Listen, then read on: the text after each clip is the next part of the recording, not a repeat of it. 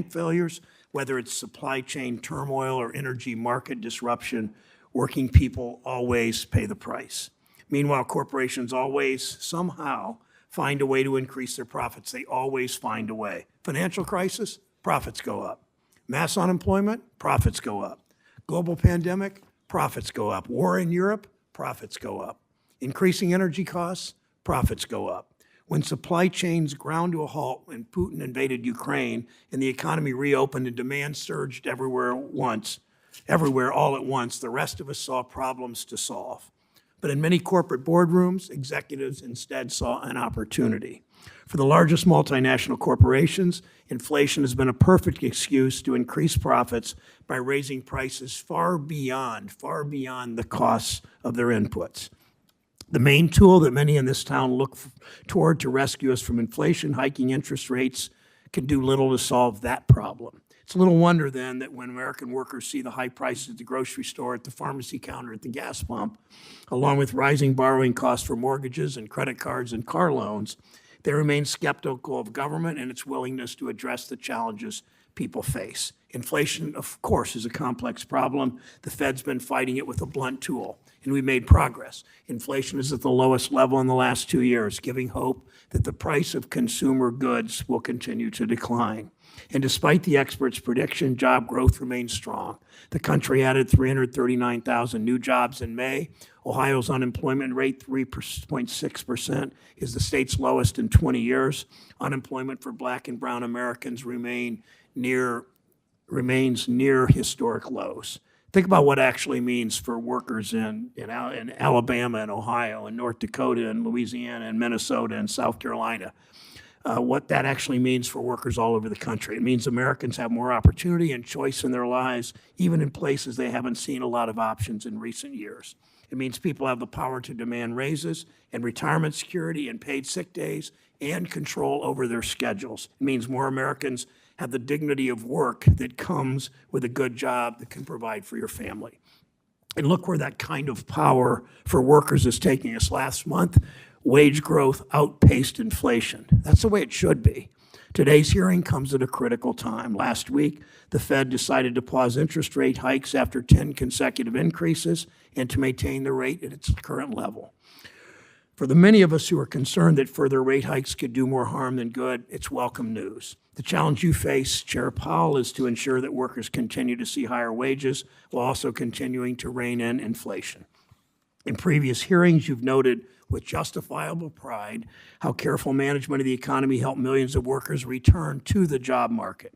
It's those workers who stand to lose the most if the Fed overdoes its rate hikes, loses sight of the dual mandate, and drives the unemployment rate back up. As you've also noted, Mr. Chair, increasing interest rates is not the only tool we have to fight inflation. The Fed is not the only one with a role to play. Congress, the administration, everyone in government, and corporate boardrooms must do their part. There's no reason we can't continue coming together to bring prices down.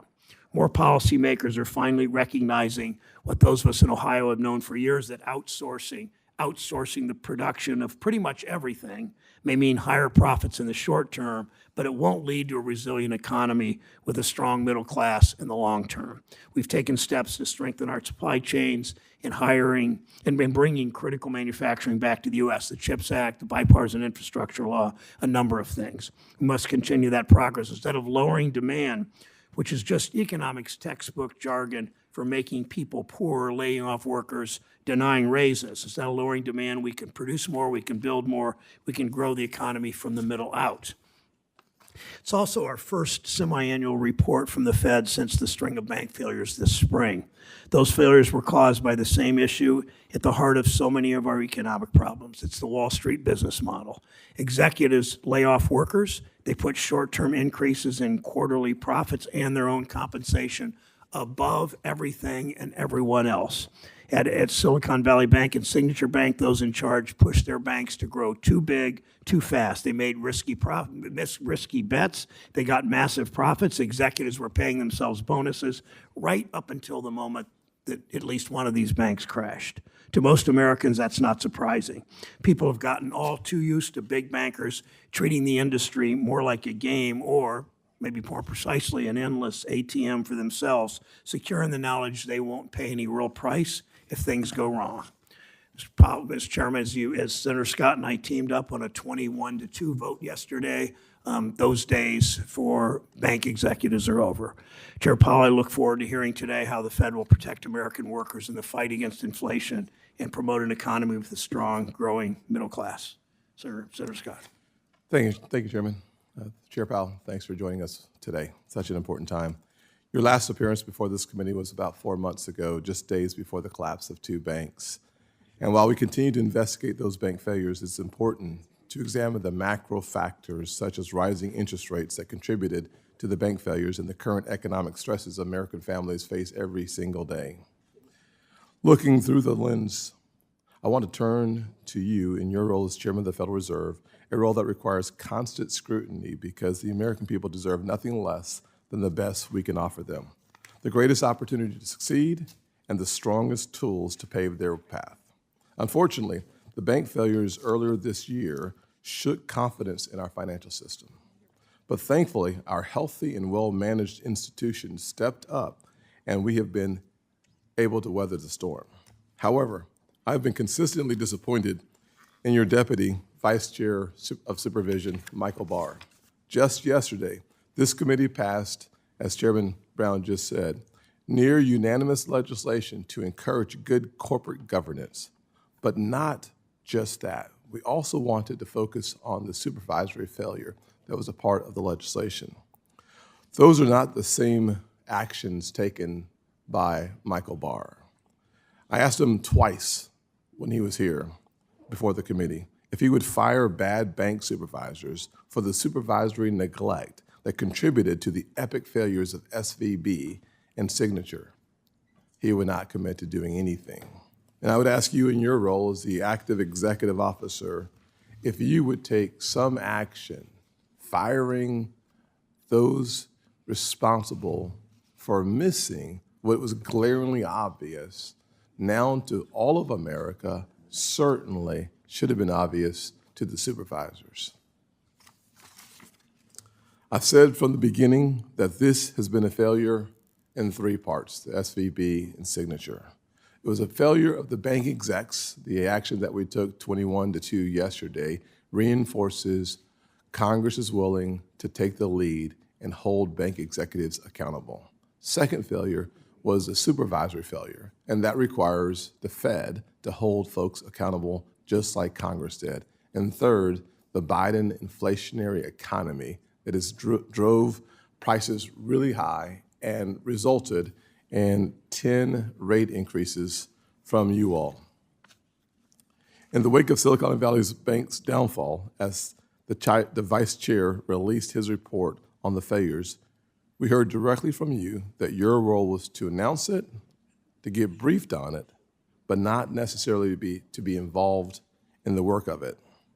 So my question is, as you watch Vice Chair Barr roll out higher capital standards, it seems like your very clear statements is that you will be supporting as well as working to implement Vice Chair Barr's recommendations. But as you know, that the other members of the board, Governor Boatman has recently said that Mr. Barr wrote a report on Silicon Valley Bank's failure that provided his conclusions and went on to state that the report should be used to help guide discussions among policymakers, not necessarily just to rush towards implementation of Vice Chair Barr's recommendations. I'd love to hear your thoughts on that path forward, if in fact your job is to rubber stamp the decisions of Vice Chair Barr, or is your responsibility to take into consideration the Vice Chair's recommendations and then chart a path that seems to be consistent with what is in the best interest of our nation and, frankly,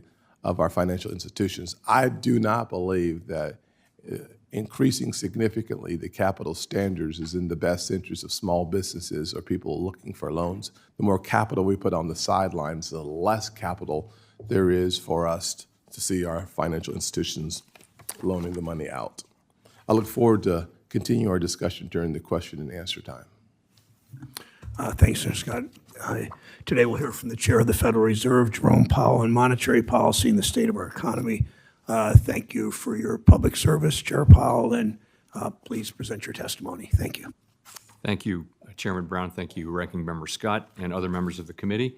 I appreciate the opportunity to present the Federal Reserve's semi-annual monetary policy report. We at the Fed remain squarely focused on our dual mandate to promote maximum employment and stable prices for the American people. My colleagues and I understand the hardship that high inflation is causing, and we remain strongly committed to bringing inflation back down to our 2% goal. Price stability is the responsibility of the Federal Reserve, and without it, the economy does not work for anyone. In particular, without price stability, we will not achieve a sustained period of strong labor market conditions that benefit all. I'll review the current economic situation and then turn to monetary policy. The U.S. economy slowed significantly last year, and recent indicators suggest that economic activity has continued to expand at a modest pace. Although growth in consumer spending has picked up this year, activity in the housing sector remains weak, largely reflecting higher mortgage rates. Higher interest rates and slower output growth also appear to be weighing on business fixed investment. The labor market remains very tight. Over the first 5 months of the year, job gains averaged a robust 314,000 jobs per month. The unemployment rate moved up, but it remained low in May at 3.7%. There are some signs that supply and demand in the labor market are coming into better balance. The labor force participation rate has moved up in recent months, especially for individuals aged 25 to 54. Nominal wage growth has shown some signs of easing, and job vacancies have declined so far this year. While the jobs to workers gap has narrowed, labor demand still substantially exceeds the supply of available workers. Inflation remains well above our longer-run goal of 2%. Over the 12 months ending in April, total personal consumption, or PCE, prices rose 4.4%, excluding the volatile food and energy categories. Core PCE prices rose 4.7%. In May, the 12-month change in the Consumer Price Index, or CPI, came in at 4.0%, and the change in the core CPI was 5.3%. Inflation has moderated somewhat since the middle of last year. Nonetheless, inflation pressures continue to run high, and the process of getting inflation back down to 2% has a long way to go.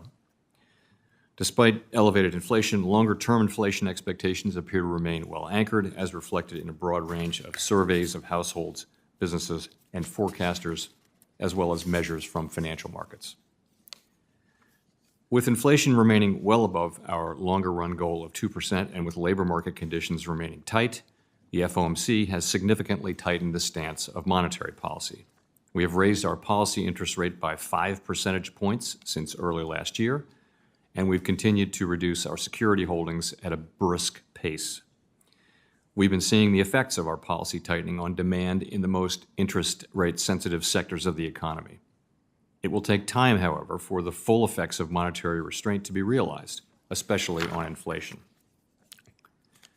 The economy is facing headwinds from tighter credit conditions for households and businesses, which are likely to weigh on economic activity, hiring, and inflation. The extent of these effects remains uncertain. In light of how far we have come in tightening policy, the uncertain lags with which monetary policy affects the economy, and potential headwinds from credit tightening, the FOMC decided last week to maintain the target range for the federal funds rate at 5 to 5.25%, and to continue the process of significantly reducing our securities holdings. Nearly all FOMC participants expect that it will be appropriate to raise interest rates somewhat further by the end of the year. But at last week's meeting, considering how far and how fast we've moved, we judged it prudent to hold the target range steady to allow the committee to assess additional information and its implications for monetary policy. In determining the extent of additional policy firming that may be appropriate to return inflation to 2% over time, we will take into account the cumulative tightening of monetary policy, the lags with which monetary policy affects economic activity and inflation, and economic and financial developments. We will continue to make our decisions meeting by meeting based on the totality of incoming data and their implications for the outlook for economic activity and inflation, as well as the balance of risks. We remain committed to bringing inflation back down to our 2% goal and to keeping longer-term inflation expectations well anchored. Reducing inflation is likely to require a period of below-trend growth and some softening of labor market conditions. Restoring price stability is essential to set the stage for achieving maximum employment and stable prices over the long run. Before concluding, let me briefly address the condition of the banking sector. The U.S. banking system is sound and resilient. As detailed in the box on financial stability in the June Monetary Policy Report, the Federal Reserve, together with the Treasury Department and the FDIC, took decisive action in March to protect the U.S. economy and to strengthen public confidence in our banking system. The recent bank failures, including the failure of Silicon Valley Bank and the resulting bank stress, have highlighted the importance of ensuring that we have the appropriate rules and supervisory practices for banks of this size. We're committed to addressing these vulnerabilities to make for a stronger and more resilient banking system. To conclude, we understand that our actions affect communities, families, and businesses across the country. Everything we do is in service to our public mission. We at the Fed will do everything we can to achieve our maximum employment and price stability goals. Thank you. Thank you, Chair Powell. Paul Donovan at UBS has discussed the role that corporate profiteering plays in persistent inflation. While inflation has fallen from 9%, as you know, it has peaked to 4%, prices continue to climb because of supply shortages and corporate profiteering, what we're starting to call greedflation. Given that rising interest rates certainly won't solve greedflation, why maintain interest rates at the current level or even consider, as you suggested, raising them again, given the risk of harming the livelihoods of more than 1.5 million workers and their families? Mr. Chairman, the committee broadly feels that while monetary policy has gotten to an appropriately restrictive level, if the economy performs about as expected, that it will be appropriate to raise hikes again this year and perhaps twice. A strong majority of the committee feels that it will be appropriate again, assuming that the economy performs as expected 2 times before the end of this year. We've come very far, and the reason why we maintained our rate at the last meeting was to give ourselves more time to stretch out the time for making these decisions. We moved very quickly at the beginning, and we've gradually slowed down. This is just a continuation of that. But we are committed to getting inflation under control, and the strong majority of the committee feels that we're close, but there's a little further to go with rate hikes. Well, thank you for that answer, but Mr. Chair, what Fed governors call cooling down, regular people where I live call them layoffs. I mean, the question is, why should working families continue to bear the cost of fighting inflation? Why should they lose their jobs so that corporate profits can continue to balloon? Let me move to the next question. Our economy's created 13 million new jobs in the last 2.5 years. Black and Latino workers with the lowest incomes, have seen the greatest gains in job opportunity and wage growth. What the Fed considers too hot an economy has given these workers their first leg up in decades, if ever. We know that job losses will hurt those same workers the most. How will higher interest rates and the resulting job losses disproportionately impact Black and Latino and low-income workers?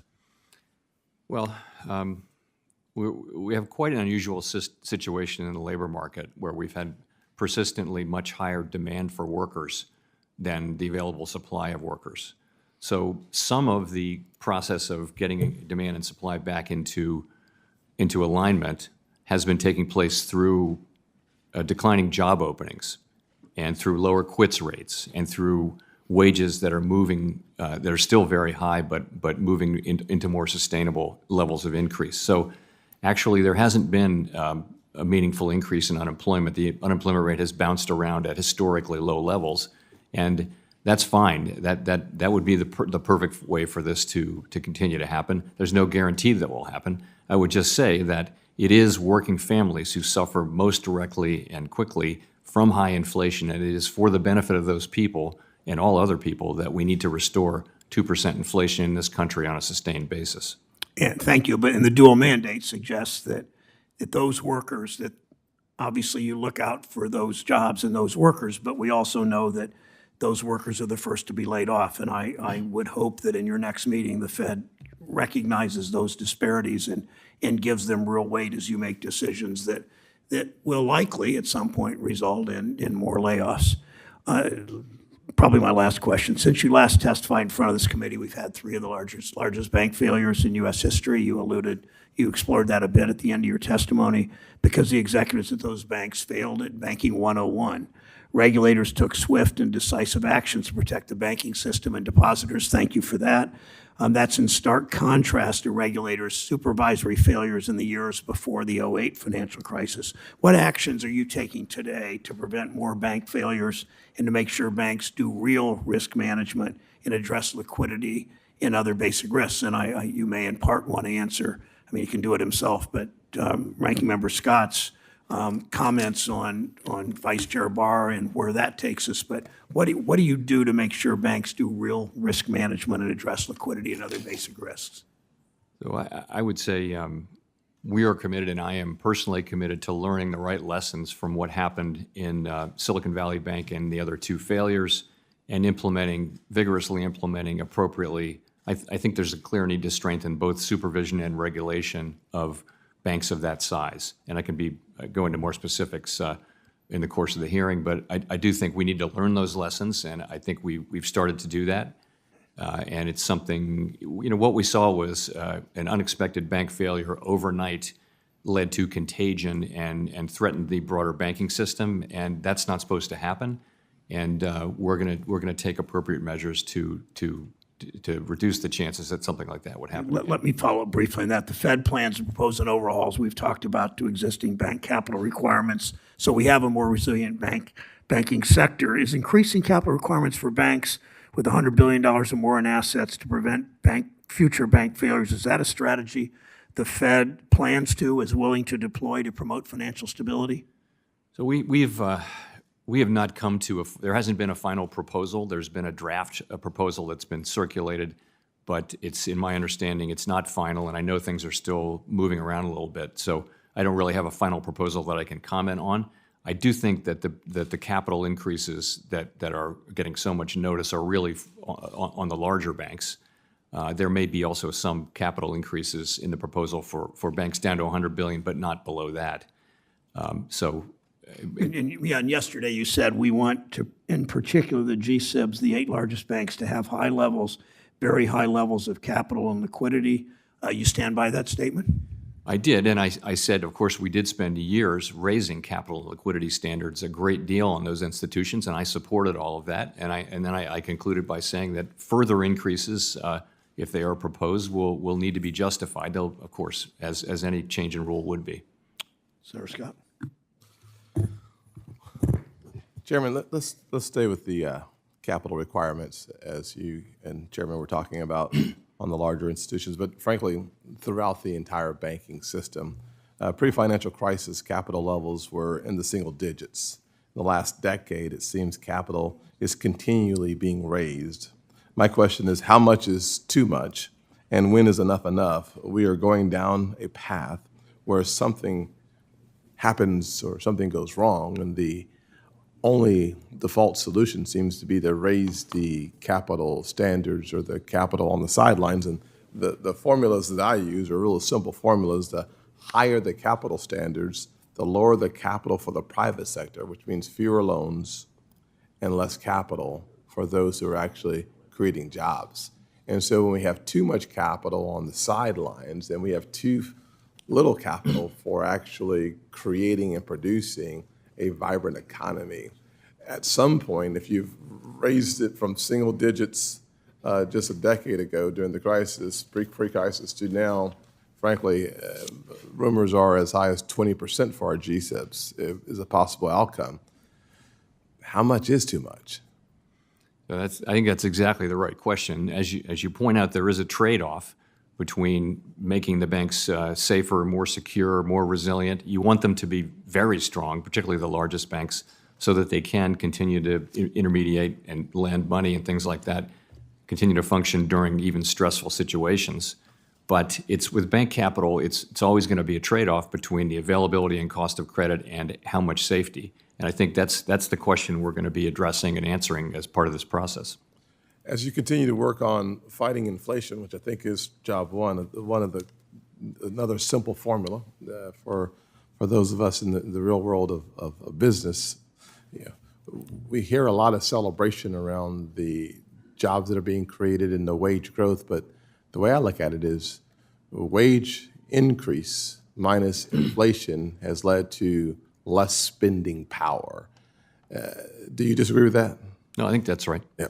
And so in the end, as we celebrate what seems to be a healthy economy, the truth of the matter is that the average person in our nation today struggles to make their ends meet because of the inflationary impact on their bottom line. And what that means for them is that there's a crisis for a single mother like the one that raised me, or seniors on fixed incomes. And we have yet to, as a nation, adjust for the 500 basis points increase in how we service our debt. Said differently, the more money we have to use for servicing our debt, the less money we have for meeting the needs of the American people.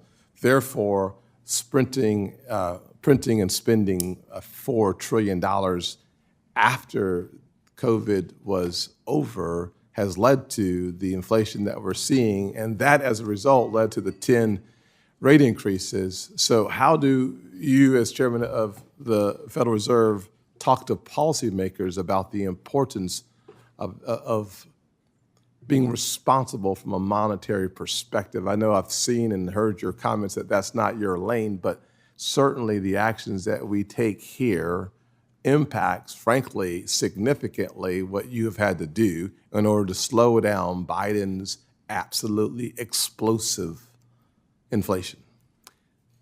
Let me start by saying that actually you were talking about real wages a moment ago. Yes. Real wages actually did go up at the lower end of the income spectrum, and now they are Bottom positive, quintile. but they're not as positive as we'd like to see them. Yes. So, but to your real question, I would just say this, that the U.S. federal budget is on an unsustainable path. It has been so for a long time.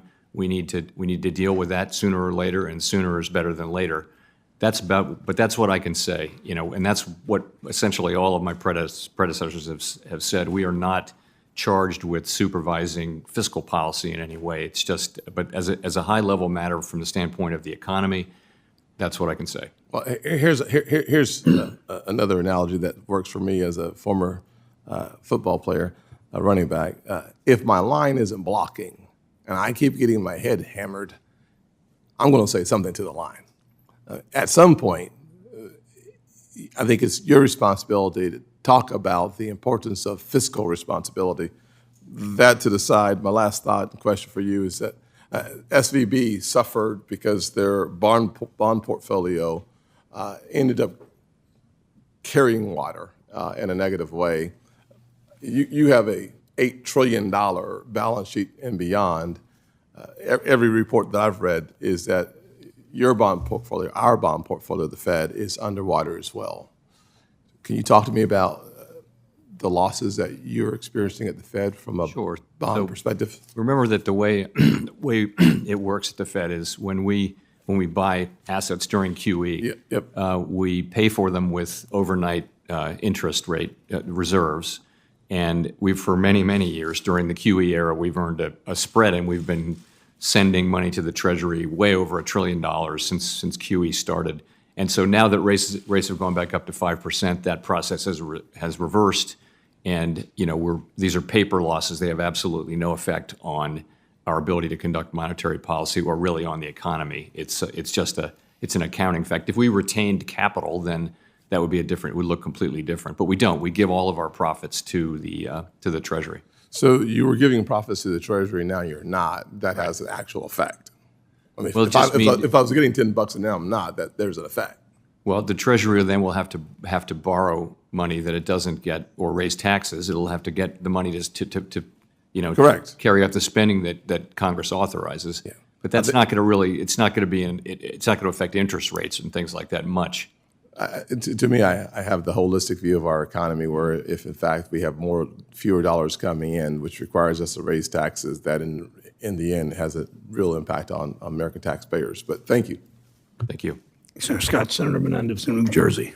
Thank you, Mr. Chairman. After announcing the rate hike pause last week, you said that inflation has not reacted much to the Fed's past hikes. And I'll admit I'm a bit puzzled by that statement. The Fed's first rate hike was in March of last year, when non-core inflation was at 8.6%. It is now 4%, and core inflation has fallen as well.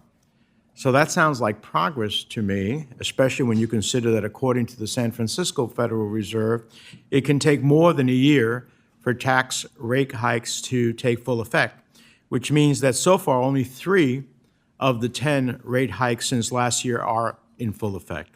So can you expand a bit more on that statement from last week? What progress do you expect to see that you currently aren't seeing?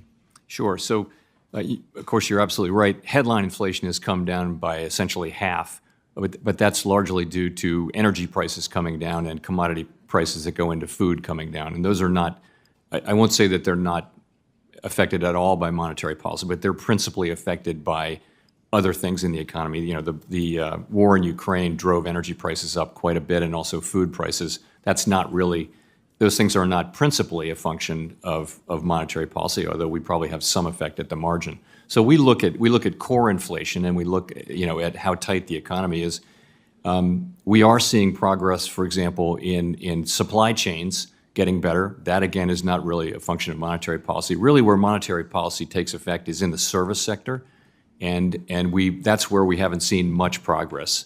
So, but we are seeing progress in other places, as you point out. Inflation broadly is coming down, but as I said in my remarks, we still have a long way to go. Inflation's still running between 4% and 5%. So do you think that the lag period for rate hikes to affect inflation has lengthened, or are rate hikes as a monetary policy tool becoming less effective?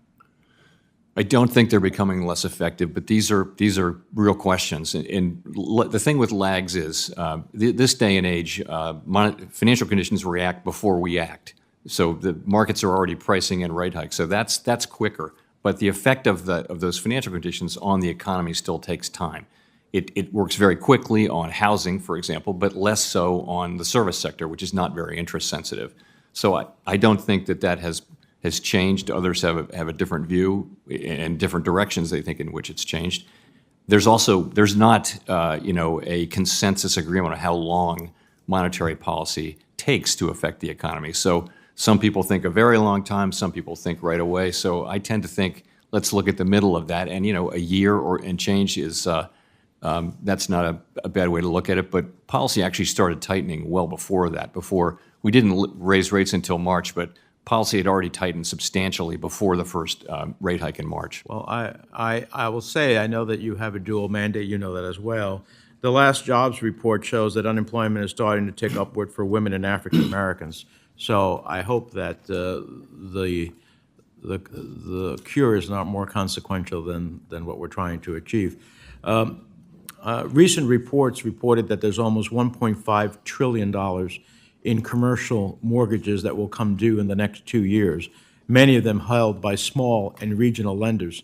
With property values declining and interest rates rising, these mortgages could be serious liabilities for many banks.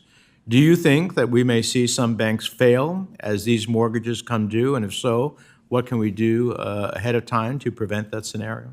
So we're spending a lot of time on these issues, and we have been for quite some time. And again, I think you put your finger on it. It's really which banks have concentrations, high concentrations of real estate, and that is not seen in the large banks. It's seen in some of the smaller banks. So we've identified those banks, and there's a supervisory toolkit where we work with banks to try to help them resolve those issues by raising capital or dealing with what's happening. And of course, what is happening in the office space nationally? There's an issue with people working from home and just less demand. There's a sort of one-time adjustment going on. There are also some other pockets of commercial real estate where there's some softness. So we're working with banks to work our way through this. We're very aware and very focused on the problem. Well, I'm concerned that it's a ticking time bomb. And let me just say that last week you said that commercial real estate risks are unlikely to pose a systemic risk because the loans are broadly spread and mostly held by smaller banks. But how can we ensure that the potential losses in the commercial real estate don't lead to the draining of assets from smaller and mid-sized banks, and then create further consolidation in the banking sector that brings us back to, I don't want to be back to 2008 when I was here and was asked to do extraordinary things? We certainly don't want to be there either. And so we're being pretty proactive about reaching out to these institutions and trying to help them get through these significant issues.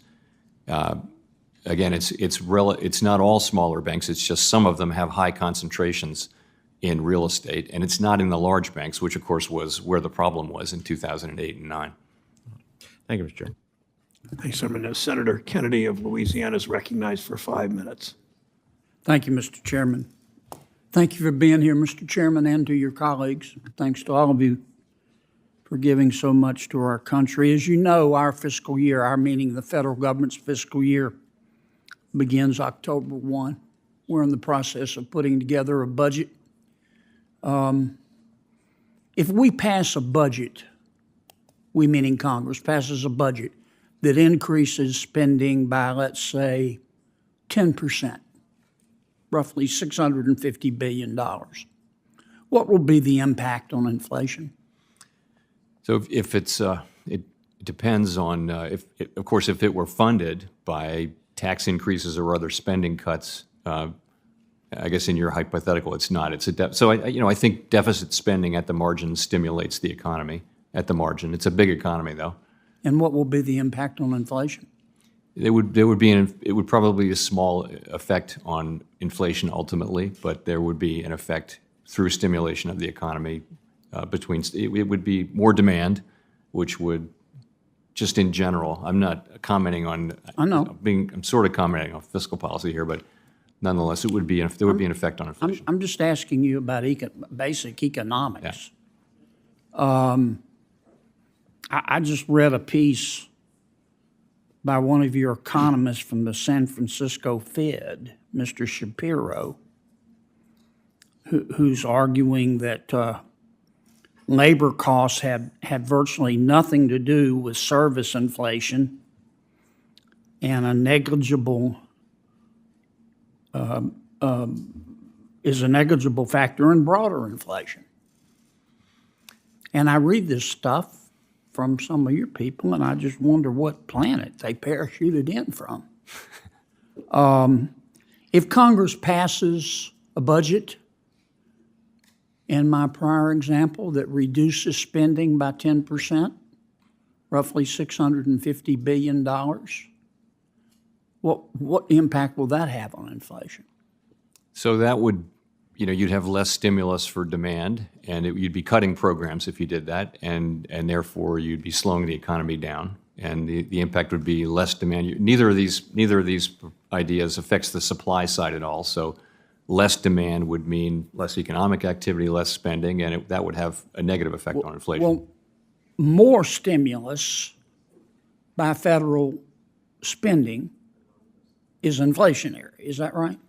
It has so we've been in this situation where inflation was so stable for 25 years, you remember, and almost nothing that we did mattered for inflation. And it's called the so-called flat Phillips curve, where there just wasn't a connection between how tight the economy is and inflation. That does not appear to be the case right now. I think many people would say that the Phillips curve is now not so flat, and that there is an interaction between. So that's a yes. I think that's a yes. Yeah, it's Okay. this is the economics, And less spending by government it means less stimulus, which tends to be disinflationary. Is that fair? Yes. Yes. Okay. Let me ask you about the Basel III end game. You know what I'm talking about? I do. There's been some reporting, and of course, not every country has to follow the Basel recommendations. The European Union is not following. They're going their own way, and we're kind of going our own way in America, using the Basel directives as a guidepost. But it's been reported that the Fed's going to raise capital requirements by as much as 20%. Or, excuse me, it's going to raise capital requirements to 20%. Is that right? No, the idea would be to raise them by 20%. In other words, if 20% of whatever current capital requirements are, you would raise it by 20% of the total existing amount. Okay. So, for example, 10 would go to 12. If JP Morgan's capital requirement right now is, let's say 13%, it would go to 15%? Right, something like that, if that were to be what happens. And this will be for banks $100 billion or more? No, there isn't a final proposal, so, and I know it's still in motion, I know things are still changing. Yeah, so- but you folks are talking I've been about briefed it, on and it. you're going to have a lot of input. No, that's right. So, but I will say, sorry, what was it, your question was? Are you going to raise capital requirements for 20% to yeah. banks, $100 billion or more? Or are you going to affect community banks as well, smaller? No, the capital requirements will be very, very skewed to the 8 largest banks, the GSIBs. There may be some capital increases for the other banks, and there won't, I think none of this should affect banks under 100 billion. The really big banks you're talking about? Are Yes. they the ones that are at risk right now? They weren't, they were a source of strength in a place of strength. they're during doing the pretty recent well. Turmoil, yeah. We've gone from too big to fail to we're damn happy they're big. I mean, haven't we? Well, I would say that, as I mentioned, we spent a lot of time and a lot of effort raising the capital standards 10 years ago and more recently, and I supported all of that and was happy to do so. And I think Senator Kennedy's time's expired. Senator Smith of Minnesota. I yield back, Mr. Chairman. Thank you, Senator Kennedy, as you always do, on schedule, on time. Thank you, Mr. Chair and Ranking Member. And Chair Powell, welcome back to the committee. So I have a slightly different perspective than Senator Kennedy does on this question of inflation and debt. I don't think that discretionary spending is the problem when it comes to our federal budget. If you look at it, military and non-defense discretionary spending has hovered at about 3% of GDP for the last 30 years. And in fact, discretionary spending has decreased over the last 30 years. So clearly, that is not the problem with what's going on with our debt. It's not what's driving debt growth. The big change is in revenues. So the national debt has increased to nearly 100% of GDP because of the Bush and the Trump tax cuts.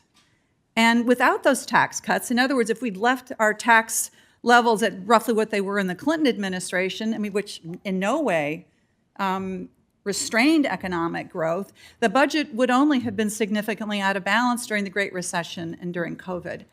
So, Chair Powell, I'm not going to ask you to comment on that because I know you don't like to comment on fiscal policy, but I feel that that's important context for the committee to have as we think about what is driving inflation and what we are doing about it. I have been really struck by how remarkably resilient the labor market has been over the last 16 months or so, which is a good thing as we do the work we want to do to grow the middle class and create more opportunity and more financial security for people. And so rates have risen 10 times, yet unemployment is still near historic lows, and wages are growing. Now, as you and others have pointed out, real wage growth has been clearly impacted by inflation, which is a real challenge for especially middle-class families, working families. Although I believe, as you said, Chair Powell, let me just check this, that real wage growth has ticked up in the last couple of months. Is that right? Do I have that right? So at the beginning, it was positive real wage growth only at the bottom of the income spectrum. I believe now on a 12-month basis that overall wages are moving up faster than inflation. Right. Just recently. Right. And so, I think, clearly we're not there yet. Clearly we have more work to do. I'm encouraged by the progress we've made so far. And I also just want to point out that the significant investments that we have been making in domestic manufacturing and bringing supply chains home and supporting prevailing wage jobs, I think are an important part of this success story, this economic success story, not mitigating the impact and the need to continue to bring inflation back down. So, Chair Powell, my question for you is, you said last week and you're saying today that while the labor market remains tight, you're seeing signs that labor supply and demand are falling back into sync. Do you see a path for inflation to continue slowing without us seeing significant job losses and doing harm to middle-class families, working families? I do continue to see that path, and you're right. It is the labor market is really the strength of the economy. It's what's driving the economy. It's very, very strong demand for workers, and workers are getting jobs and they're getting paid and they're spending money, and that's driving demand and the whole thing. But it's gradually cooling, and that's what we would want to see. So I think there is a path, and ideally the means by which demand and supply get back into alignment will involve things like the job openings rate coming down as opposed to the unemployment rate going up. Although, if you look at our forecasts, it's not a desired objective, but we do expect on this path that the unemployment rate will go up a little further because it is historically low, even at 3.7%. Until the last few years, we really haven't seen that for 50 years. So we do think it'll come up a little bit, but ideally, most of the loosening will come in the form of other ways. Right. And so to the extent that we're able to pursue policies that strengthen the labor market, that contribute to the resiliency of the labor market, it seems as if that should help to mitigate the negative impacts on the labor market that rising rates would have, because in effect what rising rates do is it slows growth and potentially leads to layoffs. So our part of it is to try to get inflation under control, and that's what we're doing. And ideally, we'll do that with with as little as possible, damage to the economy and the labor market. Great. Thank you very much. Thank you, Mr. you. Chair. Senator Smith, Senator Tillis of North Carolina is recognized. Thank you, Mr. Chair. Chair Powell, thank you for being here. I got a quick question. Yesterday, Governor Cook said in this committee that the Basel Endgame proposal from the vice chair, she has not had an opportunity to look at it. Now we hear reports that I think that it's 1,000 pages long, probably with a lot of technical information. How much time are the voting principals going to have to fully review and vet this proposal? And is there any expectation that review would result in any changes, or is it just a matter of them either saying yes or no, they agree with Barr's recommendations? So, I would say I will make sure that there's enough time for governors to review the final proposal. We've been briefed on the contents of it, and it's still in motion. There will be a proposal that comes to the board for approval, and it'll be subject to discussion. And it's possible there will be further changes before the vote or as a result of the vote. But we'll make sure people have time to review it. As you're going through the review process, do you believe that it would be appropriate to give members of this committee or members of Congress a sort of roadmap for what the recommendations entail prior to moving forward? So I think that'll happen, I think that'll happen because I think Vice Chair Barr would probably be giving public remarks at some point before the meeting. And I guess I understand now that the head of the FDIC actually gave a speech this morning. I didn't see it, but I know he gave a speech about this subject. Can you explain why comments from Mr. Barr about having a safe and sound banking system square with a banking system that needs additional capital? So that's the question is, of course, we spent all those years raising capital for the largest banks, and I think further increases will have to be justified, and they will be. We've always known that the Basel III endgame was going to bring some capital increases and bring a discussion about the trade-offs, and there are trade-offs between higher capital, and that's the discussion we're going to be having, and we haven't had it yet, but we will.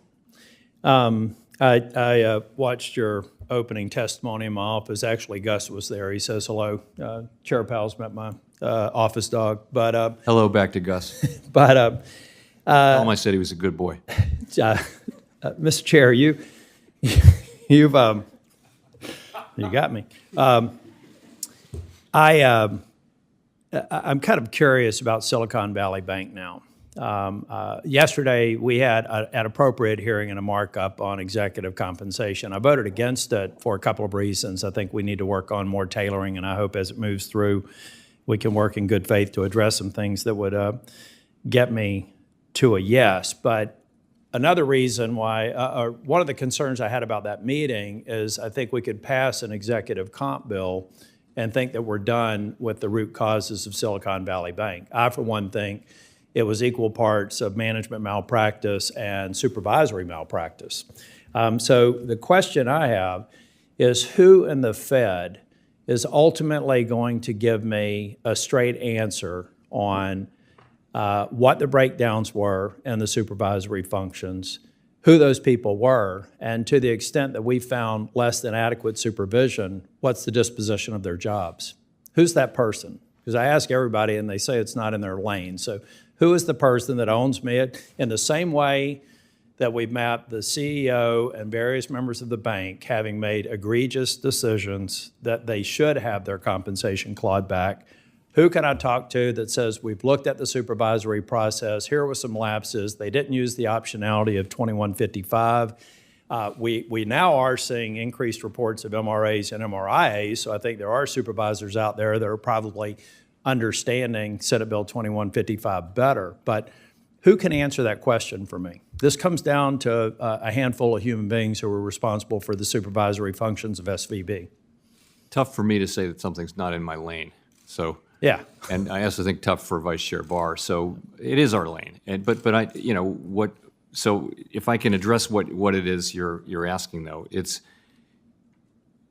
I would say clearly supervisory failures. And let's not just say San Francisco. It's very much at the board. We are accountable. It's a delegated function. It's definitely at the board. The buck stops at the board on supervision, not at the San Francisco Reserve Bank, although they're involved. So we need to learn the lessons and we need to implement changes. It's not just supervision, though. You know, we need to fix liquidity regulation because of the speed of the. It's just a different world in the old the regulation for liquidity, the LCR and the NSFR. They're just not adequate to a world where people are moving money around on their phones like that. So. We're doing all of that. I think we're doing it very transparently and rapidly. The piece of it that you won't be satisfied with is we in public service, people if they engage in malfeasance, if they conduct criminal behavior, if they break rules and things like that, they get fired. Nothing like that happened here. The San Francisco Fed they had identified the issues, they had notified the management team that they needed, but it just wasn't forceful enough, and that's a problem with our system, I think, and the way bank regulation is a very kind of procedural-oriented thing where you're raising things like that. And we need to be able to be nimble and more forceful where appropriate, not every day on every decision, but on where it's appropriate. So that's what I think we're working on now. Well, thank you. And again, thank you. You've been very accessible. I'm going to try and request a meeting after the recess sometime this summer. I would like to get back with you, and we'll be submitting questions for the record. Thank you, Mr. Chair. Thanks, Senator Tillis. I would add that I don't think that that Congress in 2155 and Barr's predecessor, Mr. Quarles, weakening the rules even more, and frankly, all of you at the Fed in those earlier days, and the Congress and the administration those earlier days, are off the hook either for Silicon Valley Bank. Senator Van Hollen of Maryland is recognized. Thank you, Mr. Chairman, and thank you, Mr. Chairman, Chairman Powell. I just want to make sure I have a couple observations straight in looking at the most recent report, beginning with wage growth, because throughout the last couple years, we've seen rising wages. We've also seen, of course, rising prices. But it's been my observation that for lower wage workers, the people who are working paycheck to paycheck, real wages are up. In other words, the increase in their wages outpaced the increase in prices they were facing. And your latest report seems to indicate that that trend is actually even more broad-based right now. Could you speak to that? That is right, exactly right. At the beginning of the pandemic, the wages went up a great deal for people in those public-facing service jobs that are relatively low paid because that's where the shortages were, and they got positive real wages. But that has now spread. I think overall, on a 12-month basis, you now have wage growth by most measures that's higher than inflation. So real wages going up. Well, that's obviously a good news story for the economy. Let me ask you about labor force participation, because we've also seen more people reentering the labor force. Obviously, that helps with inflation, wage inflation.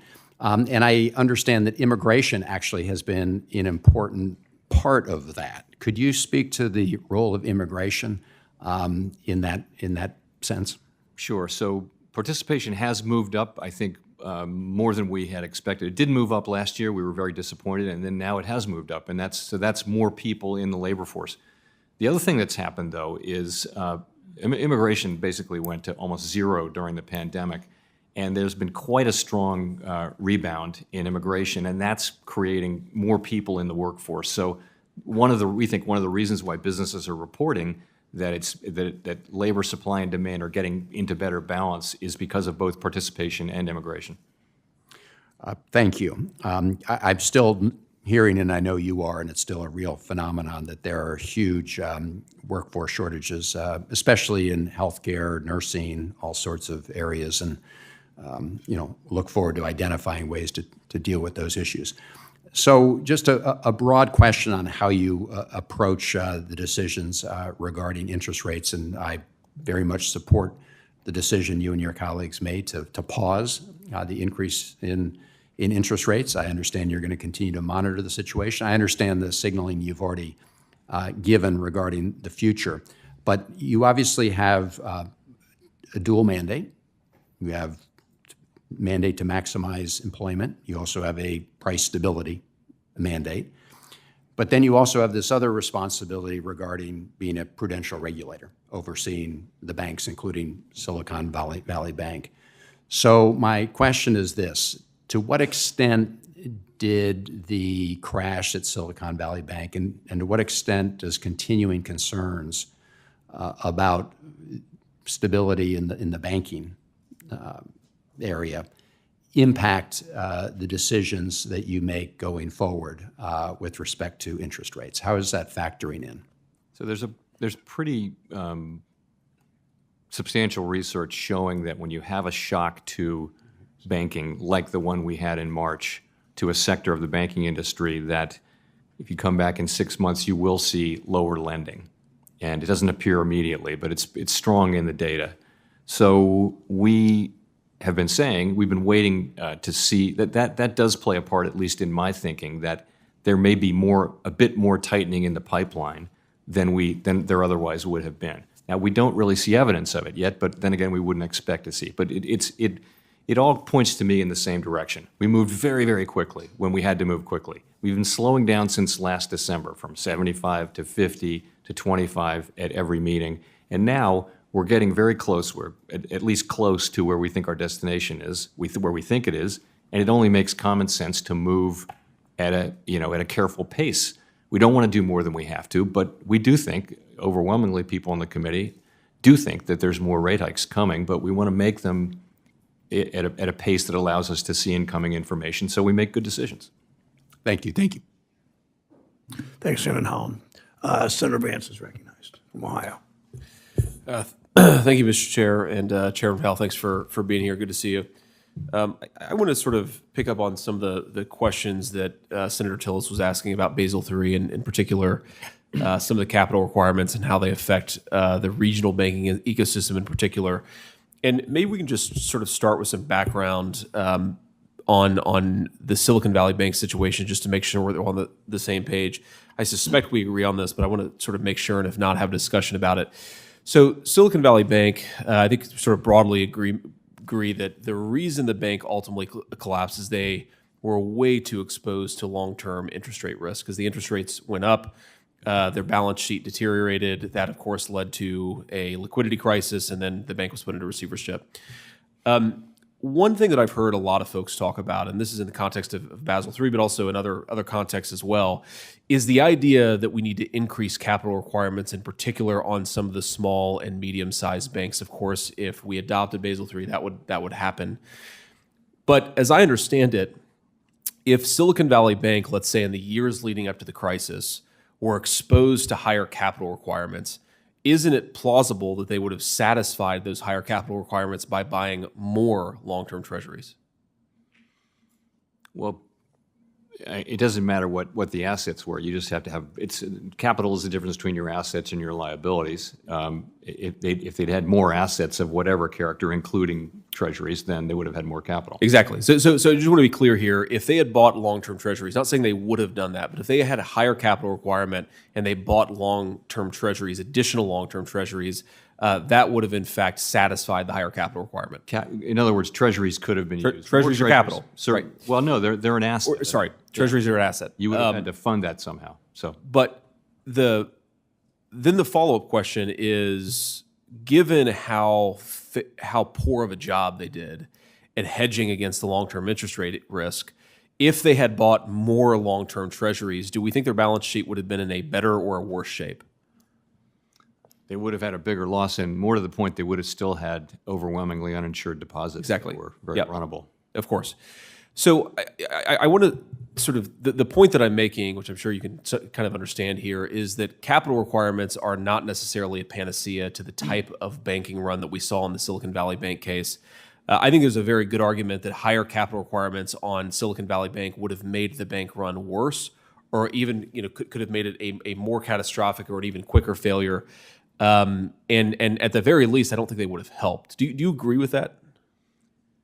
I think there's a lot to unpack with Silicon Valley Bank. Of course. And the thing is, remember, it was a capital issue. They were trying to raise capital. That was what was going on, and the market was very focused on their portfolio losses, which were highlighted by the fact that they tried to raise capital, and so there was a capital issue there. Now, you're right. If you had filled the capital hole by well, you have to retain earnings or raise it or get some new equity. And if you just use that to buy treasuries, then yeah, it wouldn't have made things better. Yeah, appreciate that.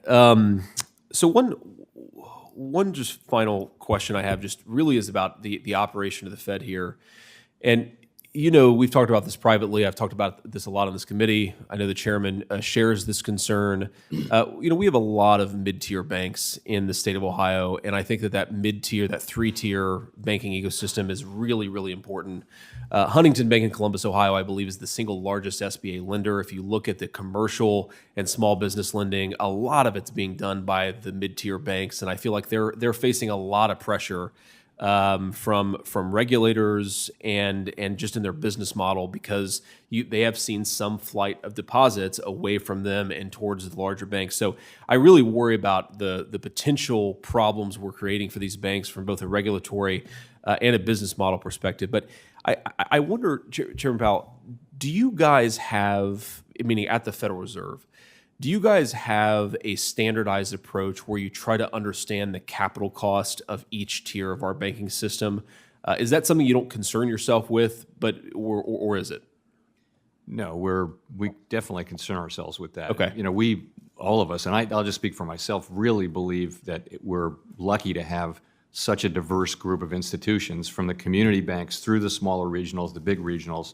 That's a great feature of America and of our economy, because they're just important in their own ways. So we try hard not to do a one-size-fits-all thing. Of course. If I can, just one more final question here, Mr. Chairman. Do you have a good sense of what the capital cost is for the biggest banks, the sort of systemically important banks, versus the mid-tier banks? Like, what is the capital cost difference, broadly speaking? Maybe we'll follow up in a written question, but I'm very curious about how you guys think about that different capital cost, because it informs a lot of the policy we make. Thank you. I'll be happy to have that conversation. Appreciate it. Thanks, Senator Vance. Senator Fetterman of Pennsylvania is recognized. Thank you, Mr. Chairman. Chairman Powell, sincerely, thank you for being here today. And first and foremost, I believe that the Fed must make sure that we have an economy that truly works for working families. I suspect you would agree. And the reality is that the tool of cooling the economy with interest hikes can push people out of jobs. We want to drive down inflation, of course, that makes sense. But we don't want to hurt working people to suffer. How do you kind of square that together? Because it's quite a paradox. So it's working people who are the most hurt by inflation. It is a bit of a paradox. I would agree. if you're living on Quite the paradox. Exactly. You're absolutely it right. is. Yeah. No, so if you're living on a fixed income and you're spending every dollar on necessities of life, transportation, fuel, food, clothing, and inflation goes up, you're in trouble right away. You don't have a safety net. You're not a middle class or upper, wealthier person. So it is for those people that we need to get inflation under control. It is also the case, though, that the tool that we have, and we are the organization that's charged with price stability, is to cool off demand so that demand and supply get into better alignment over time. And we of course would love to do that in the current situation with as little effect on the labor market as we can. And there's much cooling that can take off in the labor market that doesn't involve higher unemployment. However, I can't guarantee that restoring price stability wouldn't have some implications of a higher unemployment, but you have to think that restoring price stability will pay benefits to everybody, especially low and moderate income people, for decades. Thank you. No, and I agree. It's just such a paradox because you have a dual mandate. And now we're going to kind of change the gears. There's clear that inflation over the last years have been many causes. It includes rampant corporate price gouging and monopolies. While Americans have gotten ripped off, executives and shareholders have raked in record profits. It's deeply immoral. I understand that it's not the policing price gouging and not in the Fed's direction, but you might look at smart ways to fight inflation. Is it fair to say that big business have been jacking up their prices and way more than their costs have increased? Is that accurate? So I think what happened during the pandemic was supply was constricted. Cars is a great example. So the demand for cars went through the roof because people didn't want to take public transportation, and rates were very low. So demand was just very, very high, and we couldn't make cars. Literally, production of cars went down because there weren't enough semiconductors. I mean, I personally didn't realize that you needed a lot of semiconductors in a car, but now everybody knows that. So what happened was, how do you decide who gets the car? So the prices went up a lot. Car prices went up because when there's a lot of supply and restricted, a lot of demand and restricted supply, you get higher prices. As the economy returns to normal function and we have more semiconductors now, supply chains are getting better, what's happening is corporate profit margins are coming back down, as you would expect. And so that's just the way the economy is working. So is it fair to say that you don't believe that price gouging wasn't a factor?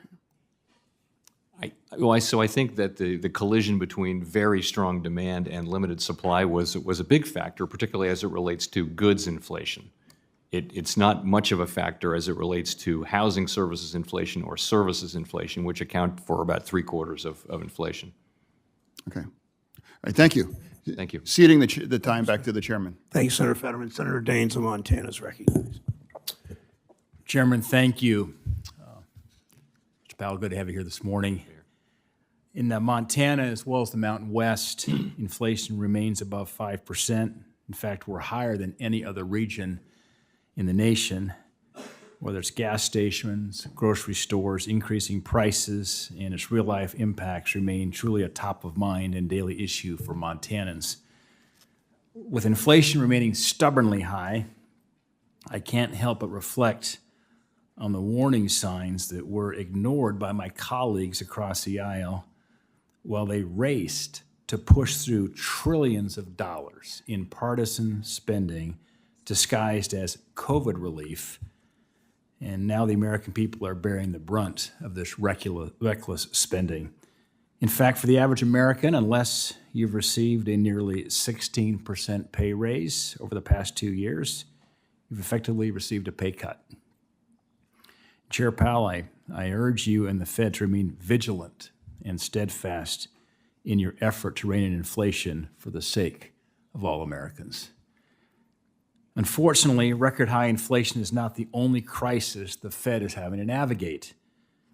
While bank regulators were more focused on climate change than actually regulating the banks under their supervision, several coastal banks collapsed and caused panic across the banking sector.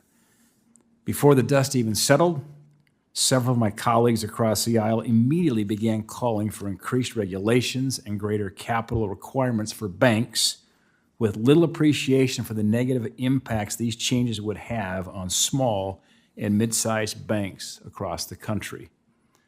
I've heard from community banks across Montana who are justifiably concerned that they will be wrongfully punished for the actions of a few poorly regulated and poorly managed banks.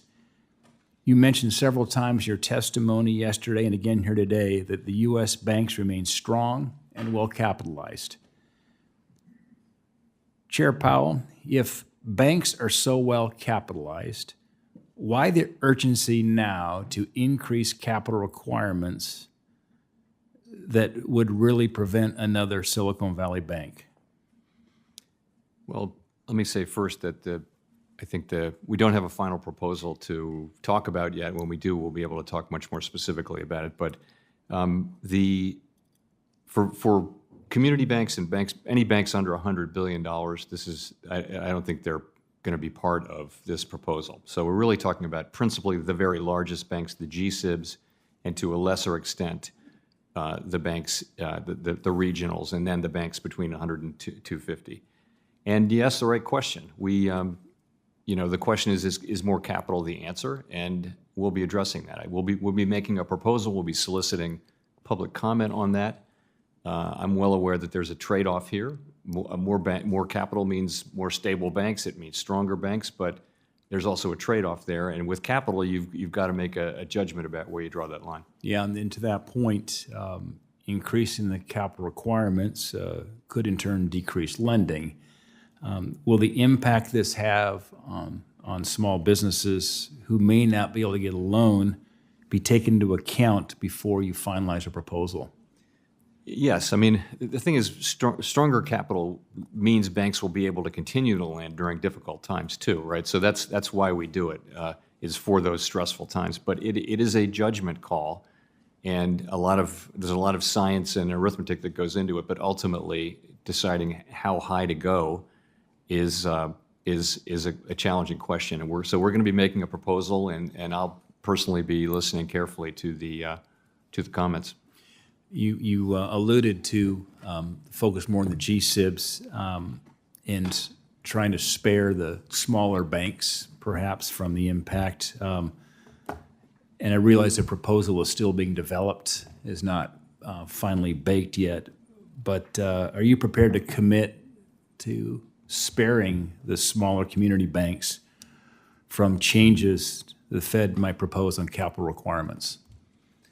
So let me say, my understanding is that the proposal doesn't affect banks under $100 billion, and I would have serious questions as to why it would. And particularly, most community banks, for example, in your state, are much smaller than $100 billion, and I don't know why we would be looking at their capital. They're generally quite well capitalized. Great, thank you.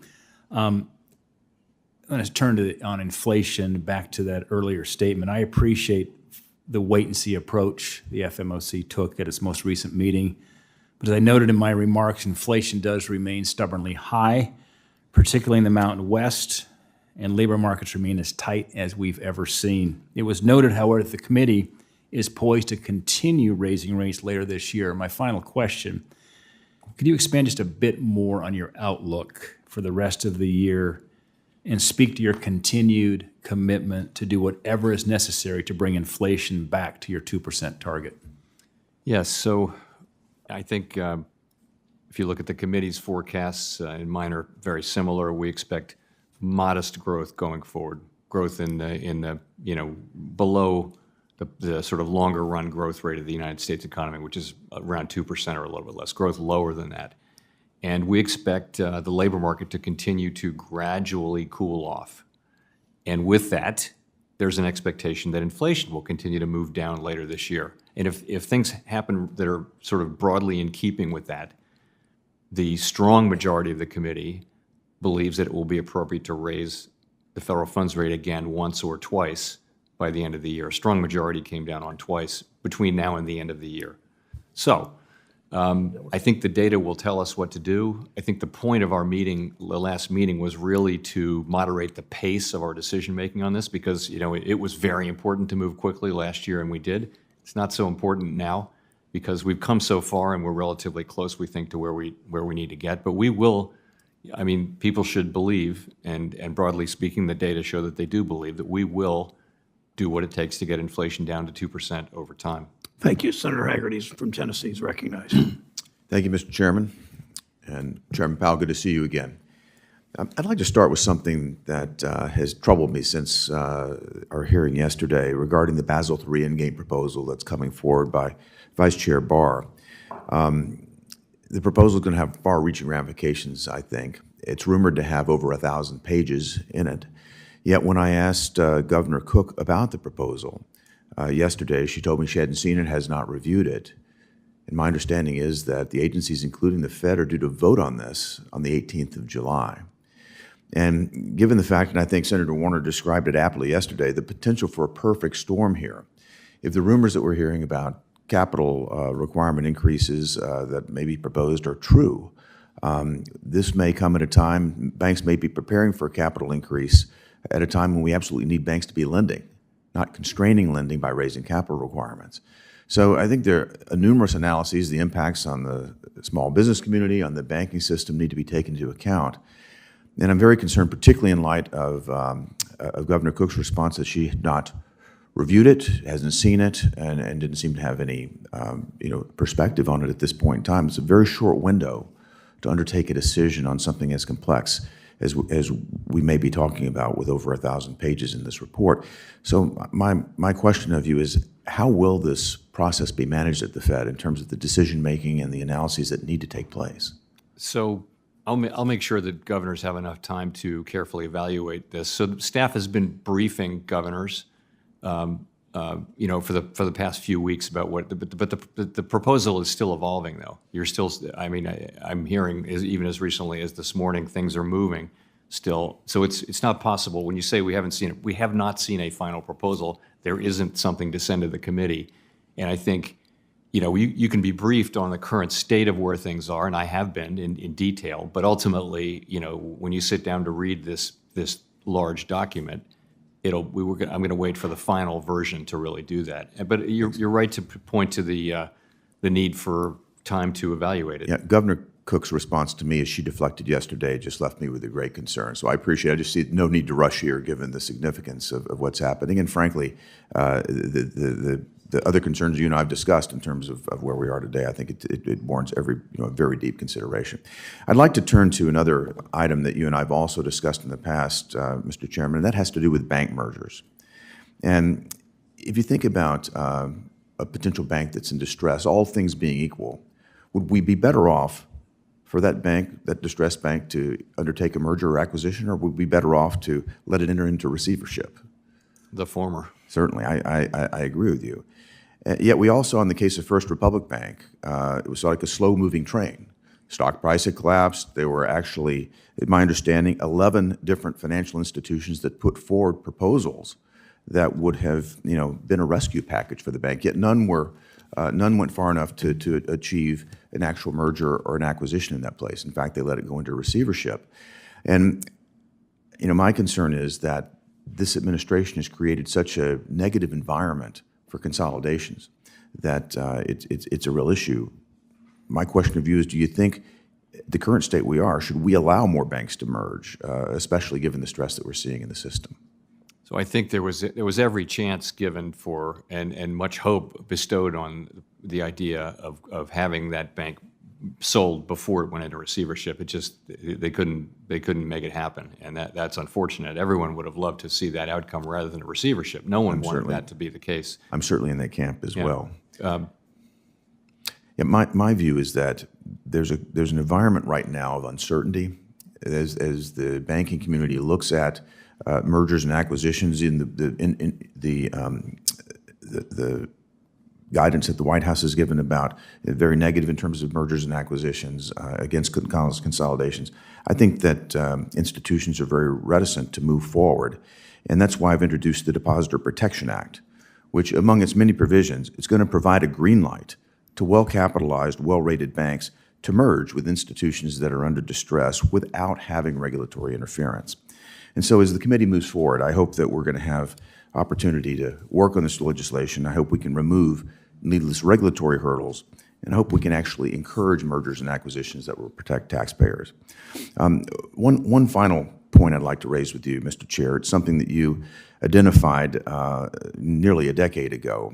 At that point in time, the Fed created a reverse repurchase facility that was intended to be a tool that would put a floor on interest rates. The facility was targeted at investment vehicles like money market funds, which actually play a significant role in the short-term funding markets. At that time, you joined others in the board in expressing concern about the possible unintended consequences of this facility, particularly in times of market stress. That's where this facility could actually exacerbate the so-called flight to safety. Since that time, this facility has grown to over $2 trillion worth of overnight deposits at the Fed.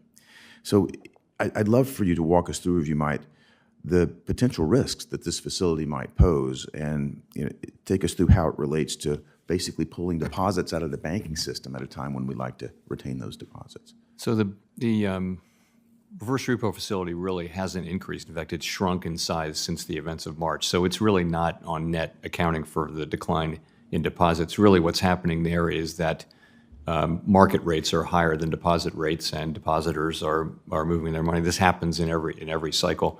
I think I raised May I those interrupt for just a moment, Please. Mr. Chairman? So are my numbers incorrect that we now have $2 trillion that are parked in this facility by money market? We had $2.5 trillion before March, so it's come down in size. In fact, now that Treasury is refilling now that the debt ceiling is solved and they're refilling the Treasury General account, the reverse repo facility has been declining, and that's what we would have hoped to see, rather than taking reserves out of the system. Still seems Thank a you, Senator significant. Hagerty. Senator Warner's recognized. Well, thank you, Mr. Chairman.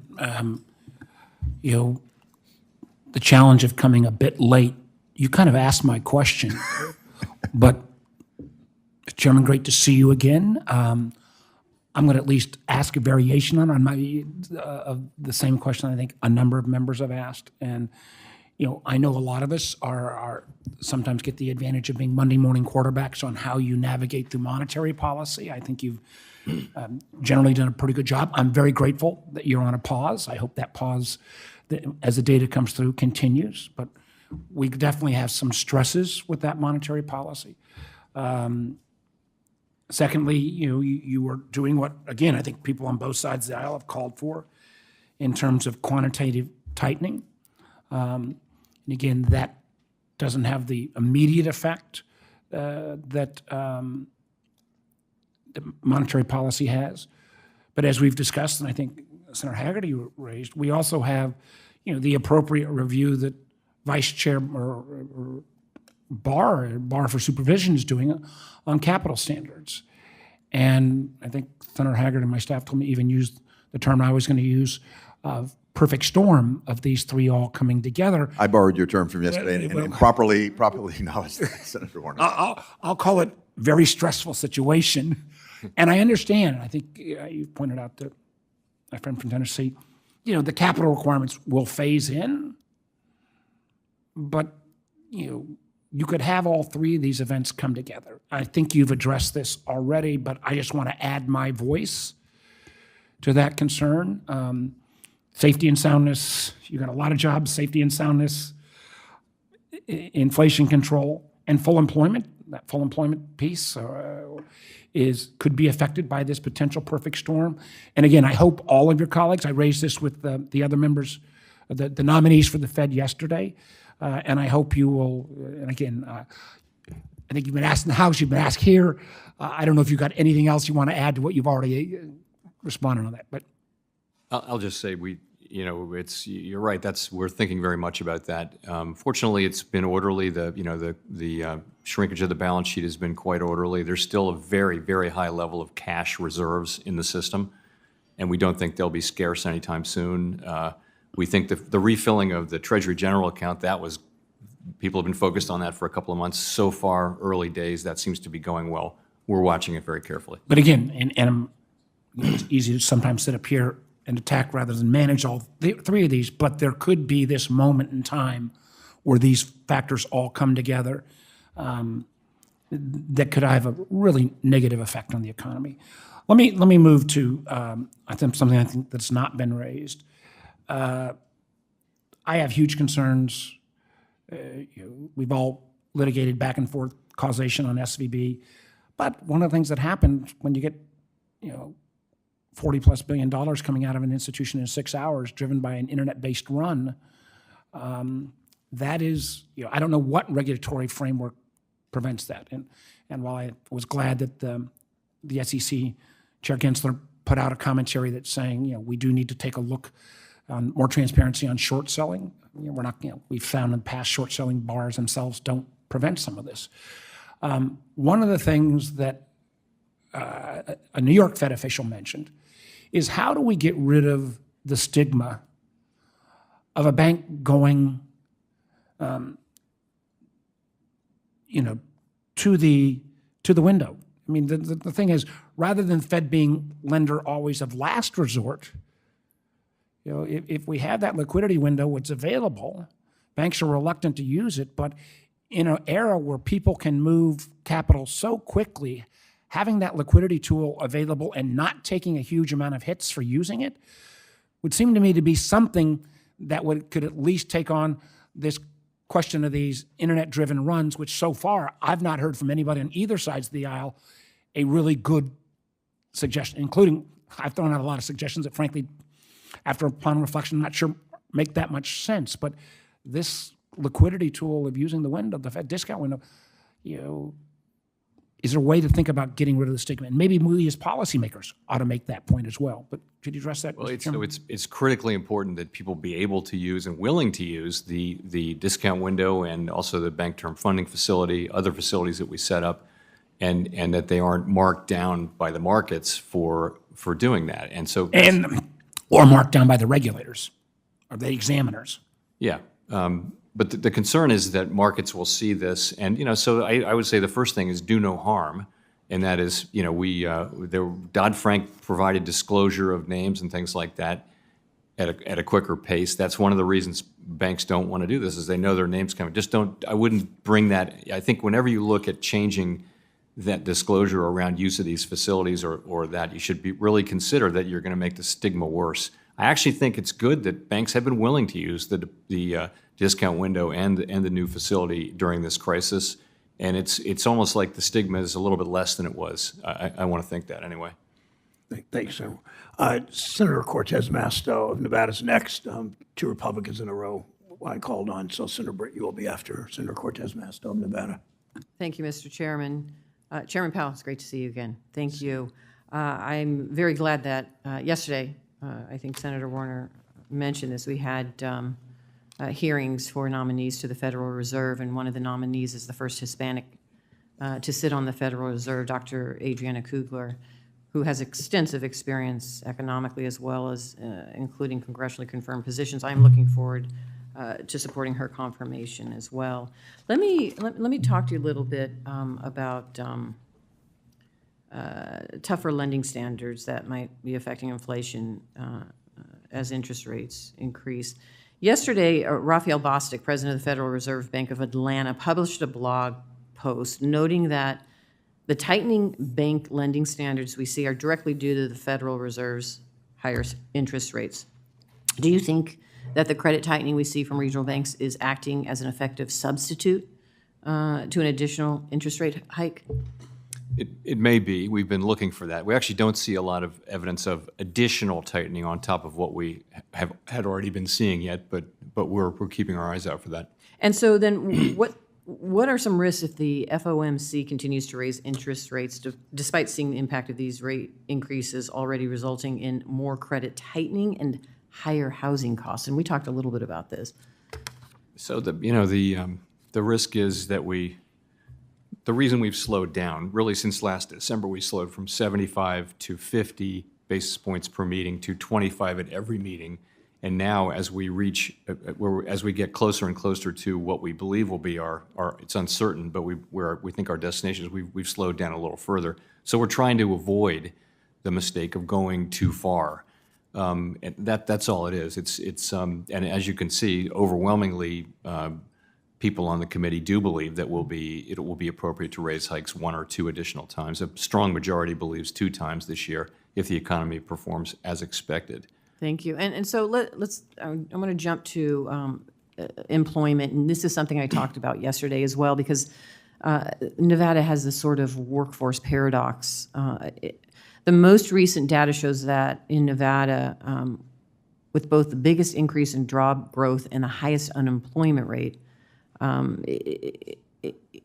want to get your thoughts on moving forward as we address this concern, this paradox. Let me give you an example. Nevada has the largest percent increase in employment, which was 4.2%. We also had the highest unemployment rate in the nation in April at 5.4%. That's 2 points above the national rate.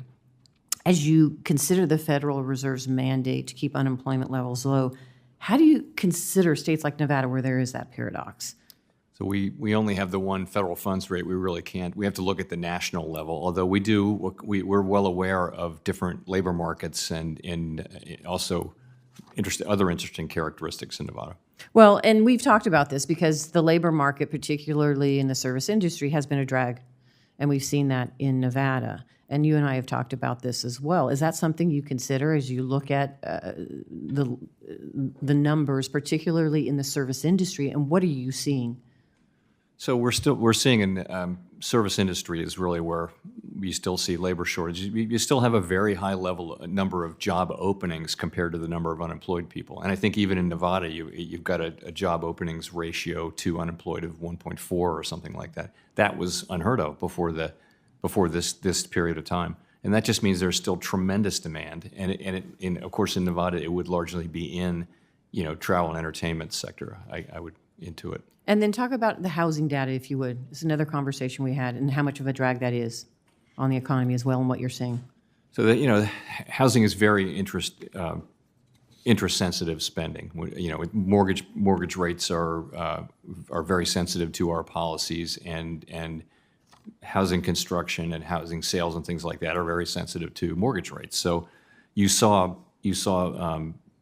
housing activity moved down pretty significantly when we started raising rates. You've actually seen it kind of hit a bottom now. We met with with a housing group, manufacturers, housing builders yesterday, and they say business is pretty good. It's largely new entrants, though.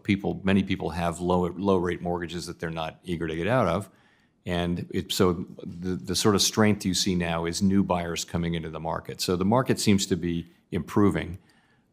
But again, it's the most interest-sensitive spending, or among the most interest-sensitive. So it's going to be affected when we tighten policy. Okay, thank you. Appreciate you being here. Senator Britt of Alabama is recognized. Thank you, Mr. Chairman. I want to start by acknowledging the strength of the U.S. banking sector. In recent events that unfolded related to SVB, Signature, and First Republic, it highlighted the significant consequences that could occur when bank execs prioritize profits over risk management, and also when banking regulators fail to do their job. Regulators left numerous red flags unaddressed, which allowed the inexcusable risk management practices at these banks to continue for as long as they did. Let's be clear. This inaction played a significant role in these banks' ultimate demise. However, the mismanagement and excessive risk-taking that occurred within these institutions are not representative of the broader banking sector. In fact, I think it's quite contrary. Banks across the board have proven to be resilient, well-capitalized, and a source of strength in the global economy.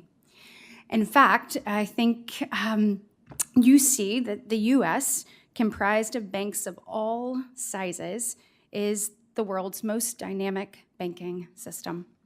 I'm concerned, though, with impending actions of the Federal Reserve that in itself will be jeopardized. If you look, community banks, for instance, have served our individuals in our small and rural communities across not only my great state of Alabama, but across our entire country in ways that have allowed individuals and small businesses to actually be able to achieve the American dream and to thrive. However, over the past decade, we've seen a significant decline in the number of community banks serving Americans. The U.S. has lost 71% of total banks in the last 4 decades, and unfortunately, smaller banks have made up a large portion of this. And just in the last decade, the number of community banks dropped by nearly 40%.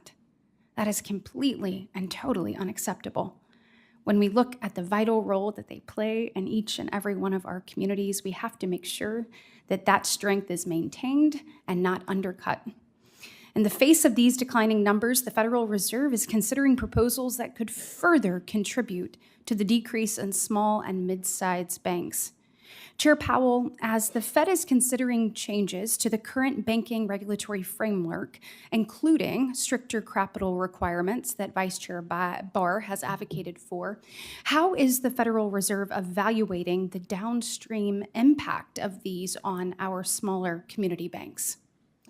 So I think community banks, when we think of community banks, we think 10 billion and under mainly, but in assets. But I don't think under 100 billion. I don't think the proposals that are under consideration are really applying to those banks. So I think that it shouldn't be a factor for smaller institutions, which, as you point out, have been declining in number for 30 years.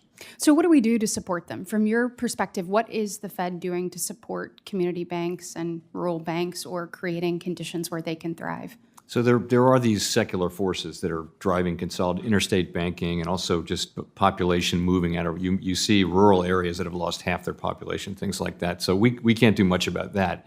The piece of it that we understand that declining numbers of community banks is not a good thing for the country. The country isn't better off for that happening. And so we don't want to be part of the problem. And part of that can just be once fit size regulation, high fixed costs, it will make even especially small bank models unprofitable. So we very much try hard to not be part of the problem, and we do, as an institution, very much understand how important community banks are for the economy. Can you speak to that? Can you tell me what role you believe community banks play that maybe other institutions cannot? So community banks are in their communities, so they know the community well, and they know the people in the community and the businesses in the community, and relationship lenders. It's relationship lending, yeah. It's not. I told a story yesterday, which happened to me. We were moving to Washington, and we had this big bank wanted to make the loan, and they decided not to make the loan at the last minute. I called the local community bank. The loan officer was somebody that knew my family. They knew the house. He went to my high school. He was much younger, of course. And they made the loan very quickly and they just understood it. It was going to be a great loan. We paid it off long ago. So I understand personally that they're better at doing certain things. The big banks do certain things very well, but they don't do that very well. And for smaller businesses. Absolutely. And just want your commitment that you'll continue to take a look, whatever type of additional regulating or regulation tools that are kind of perceived to be helpful to maybe some of the bigger issues, that we take a look at how they affect downstream, how they affect small banks, mid-sized banks, and that we make sure that we create conditions where they can flourish. Yes, you very much have my commitment on that. Thank you so much. Thanks, Senator Britton. Rest assured, one of the, best after yesterday, maybe not, but one of the few things that both sides feel strongly and agree on here is that community banks play a major role in our financial system, and all of us support the community banks in our communities and know how important they are. So thank you for your comments. Senator Tester is recognized from his office. Yeah, thank you, Chairman Brown, and thank you, Chair Powell, for being in front of the committee. I appreciate you. Look, when I talk to Montanans, I hear about what I think everybody in the committee hears about. They hear about inflation, they hear about the high cost of housing, you hear about unaffordable childcare, and all these are economic conditions that impact hardworking families and small businesses and communities across my great state. And the examples are clear. Hospitals can't hire nurses. Schools can't hire teachers. And if they can hire them, there's no place to live. And even if they can find a place to live, then finding childcare is a problem. And then paying for that childcare is a problem too. Unfortunately, we haven't done much about any of those from a congressional standpoint, but I think all these challenges need to be addressed. But I'm talking to the chairman of the Fed. And so what I asked the chairman of the Fed when we talk about these issues of inflation and housing and childcare, I know you guys think about inflation, but do you think about the other things, and do you have tools to address things like housing and childcare, or is that simply out of your purview? We enforce some of the consumer protection laws, and so we can have an effect as it relates to fair lending and things like that. But ultimately, the bigger question is just the availability of housing and its availability near where the jobs are. There's not much there's not really nothing that our tools can do. The best thing we can do for those issues is to provide an economy where we have stable prices and maximum employment. So there's been a lot of talk, and I'm sure there's been a lot of questions asked on this committee about interest rates. And I ask this not to influence you, because I do not believe you should be influenced by political forces. The last thing we would need would be the worst thing that could happen is if the United States Senate is dictating monetary policy. We'll leave that up to the pros like you. But interest rates continued to be an issue.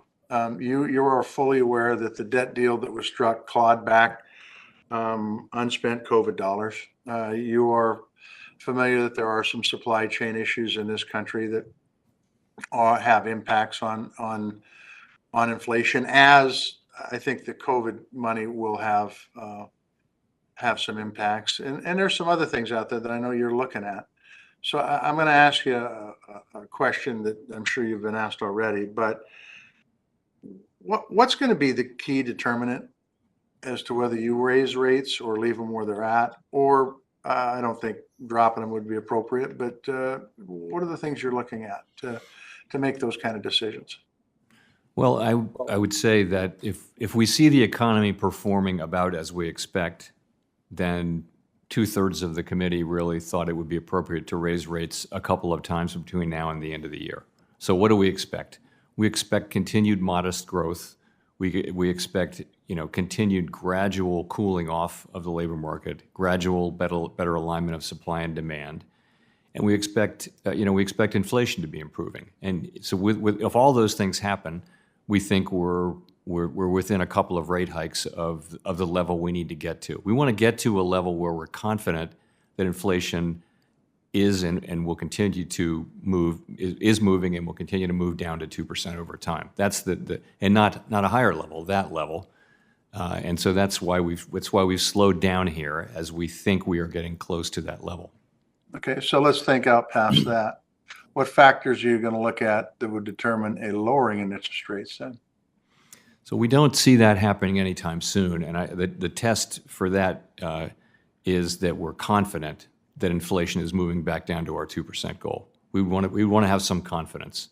So, and I will say in the summary of economic projections that my participants and I filed last week, I think by the end of next year, by the end of 2024, the median participant did have some rate cuts. But that's going to depend on how the economy performs, and inflation has just consistently proven more persistent than we've expected, and that other forecasters have expected. So it's going to have to await a time when we're confident that inflation is moving down to 2%. So I want to talk about regulation. I know it's been touched on. Katie Britt touched on it a little bit. And I know Michael Barr oversees the Fed's regulation actions. But when we passed 2155, the bill to give reg relief to small banks in particular, there was a sentence in there about tailoring, so that even if you had a community bank, a small community bank, if they had a risky portfolio, you could regulate them to match that risk. And bigger banks, the same thing. Can you tell me what Barr is thinking, or what you're advising him when it comes to, because I think we've all agreed, the chairman just said, we want to protect community banks. They're not the problem out there. In fact, they're the ones that provide access to capital for these communities so they can grow and an economy can happen. Can you tell me what your interaction is with Barr when it comes to regulation, and where you think he's going? So broadly speaking, when regulations need to be voted on at the Board of Governors, and I'm one of the people who votes, I'm also chair of the committee, so that's the nature of the interaction. Okay. In terms of what you're really talking about, regulation for smaller institutions, I would say I think it's important that regulation be appropriate for an institution's size and risks. So it's not a one-size-fits-all approach to regulation, and the largest institutions need the highest capital standards and the most regulation. And as you get down to community banks, the regulation and supervision should reflect their size and risk. I apologize, Mr. Chairman, for running over. Thank you, Chairman Powell. Thanks, Senator Tester. Senator Kramer of North Dakota is recognized. Thank you, Mr. Chairman, and thank you, Chairman, for being here today. I know several of my Republican colleagues have been asking you about Basel III and the potential for some changes, obviously, in capital requirements. I'm afraid part of what they're trying to do is fix a liquidity crisis at regional banks with a capital fix, which I don't think the two necessarily go hand in hand. In fact, it seems to me, while you've been trying to engineer a soft landing, and now have taken a pause, and I'm certainly not critical of that. I can't fathom why the Fed would want to raise capital requirements when we could be facing what's a credit crunch. And I mean, does that make sense to you that in a potential credit crunch with caused somewhat by higher rates, obviously somewhat by design, that it doesn't make sense to increase capital requirements for banks and individuals?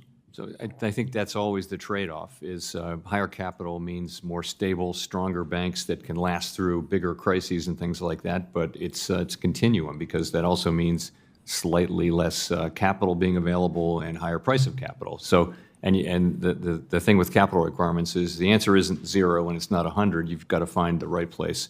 I would also say that the capital in the form of the what I've been briefed on is a proposal where the big capital increases are really for the largest institutions, and much less so for institutions that are not among particularly the 8 G-SIBs. But what's the motivation for that? I mean, you've just articulated the challenge, obviously, better than I did. But why the big, for example, the big institutions? What's the situation that would require higher capital requirements? To your point, we spent many years raising capital and liquidity standards for the largest institutions, and appropriately so. I supported all of that, and I'm glad that I did. I think it's been warranted, and I think that the large banks have competed very successfully with this high capital. And I think further increases are going to be on the table. We always thought there would be some further increase at the end of Basel III globally, but I think it's going to be on the increases are going to need to be justified. I'm going to get to another question, but you said something a little earlier that I wanted to get to in response to Senator Tester. Is your interaction with each other confined only to public meetings? Is that? Not at all. Okay. Not at all. No, not at all. So you try to persuade each other at the water cooler? I talk to all my colleagues a lot. I'm not one of those people who can just sit in your office all day. I'm popping up and running around. I'm one of those people. Yeah, I see. Okay. Well, just because in your interaction it sort of sounded like that, and I used to be in a 3-member commission, not that regulated. We have very regular meetings and conversations, right through the weekend. We talk frequently. Okay. Okay. In an earlier exchange with, I think it was Senator Tillis, you talked a little bit about digital economy challenges, and you're considering some changes to reflect, how quickly individuals can move money. And I mean, I think a lot of people would maintain that while you always need to have the foundation to weather the storm, so to speak, such as SVB, you might not even have a storm, but for the fast ability for somebody to spark a run, for example, or to move money quickly. But you didn't elaborate on what kind of changes you might be considering. Do you have some personal thoughts on it, or things that you've been talking about as you're running around talking to each other? Yes. I'm not the biggest expert on this, but so that's two of us. The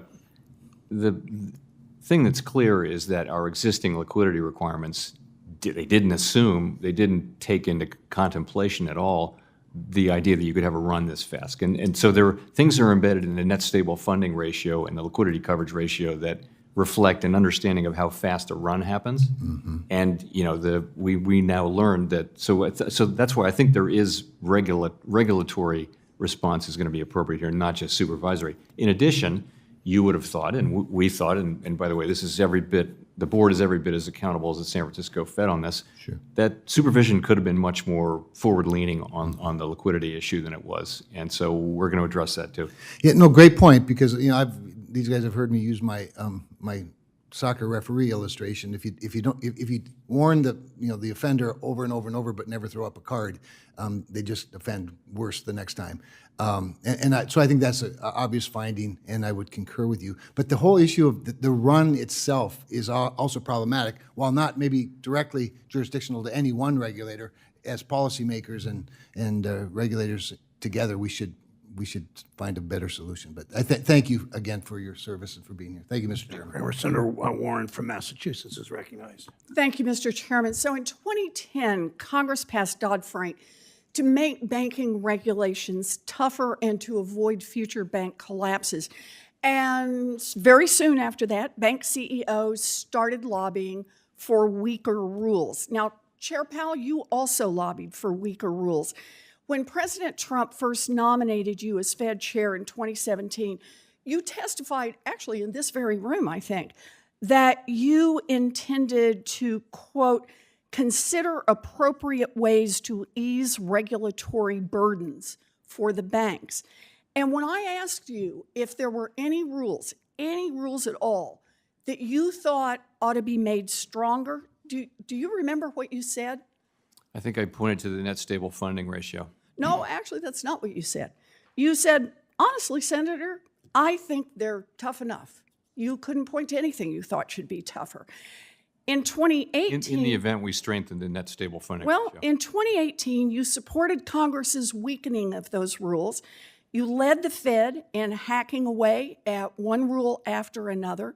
According to the Fed's own analysis of the Silicon Valley Bank failure, you weakened the rules in multiple ways. You reduced capital requirements. You weakened liquidity risk management. You skipped out on using enhanced stress testing for banks with tens of billions of dollars in assets and more. And the result was that the second, third, and fourth largest bank failures in U.S. history, which together required $23 billion in bailout money. In fact, you now hold the record. In a single year, the FDIC has been forced to rescue more giant failed banks on your watch than any Fed chair in American history. Chair Powell, do you agree with Vice Chair Barr's conclusion that the Fed bears a big share of the responsibility for the failure of SVB? I certainly think that our supervision has been shown to have been lax in not being assertive enough. I think that the supervisors saw the right issues but weren't forceful enough in hindsight. And I think that's certainly a fair conclusion. Okay. So those regulations were weakened. Those supervisors were clearly asleep at the switch for more than 5 years under your watch. And I'll just say it again. This is exactly why I opposed your nomination in 2017. The decisions that you made, the votes that you took, and the things that you said helped caused this mess. And when you were up for reappointment in 2021, I opposed your confirmation because I believed that your continued leadership would be dangerous to our financial system. And the Fed's own report confirms that. So yesterday, Chair Powell, this committee voted on a bill to help hold CEOs accountable when their actions blow up banks. At the Fed, you are the one who lobbied, who drafted, and who voted for weaker rules, and you were ultimately responsible for the team of Fed supervisors who fell down on the job. Do you take responsibility for your role in these bank failures?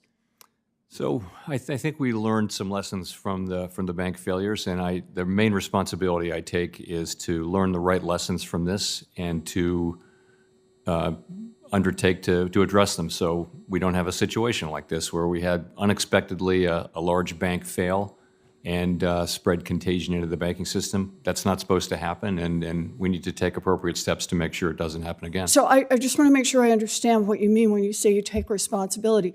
Do you take responsibility for your actions that led to the failures of these banks?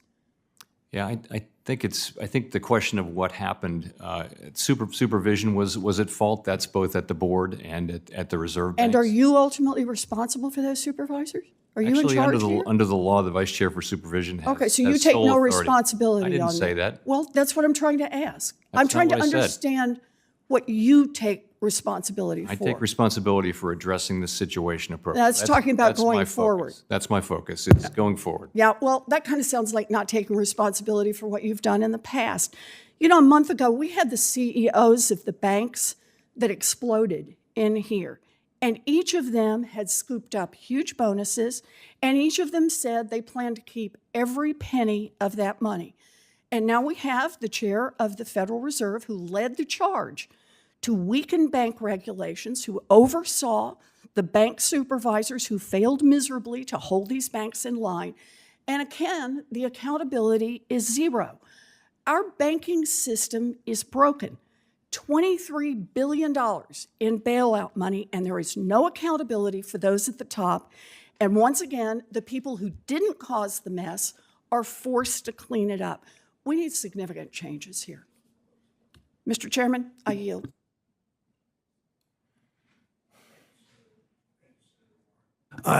There are two senators that might be online. Senator Sinema is recognized from Arizona if she's online. If not, Senator Warnock from Georgia, if he's online. Okay, we'll close the hearing today. We have come together to discuss how the economy ought to be.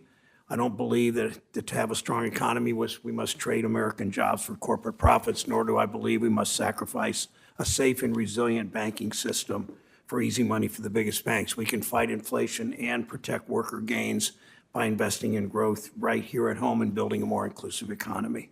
Thank you for joining us, Chair Powell, today. I look forward to working with you to strengthen our economy. For senators who wish to submit questions, they're due 1 week from today, Thursday, June 29th. For Chair Powell, please submit responses to questions. For the record, 45 days from the day you receive them. Senator Scott has some comments he'd like to make.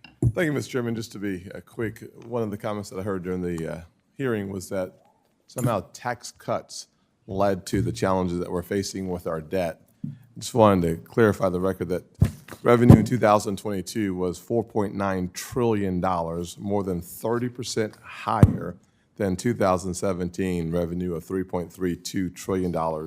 One of the things we should just recognize as a clear fact is that if your revenue goes up, and that's what happened after the TCJA in 2018 and 2019, we had an increase in revenue, not a decrease in revenue. Unfortunately, we had an increase in spending that exceeded the increase in revenue. So if you spend more money than you take in, you still end up with a deficit. Thank you. And of course, Senator Scott recognizes that we had a pandemic. The committee is adjourned.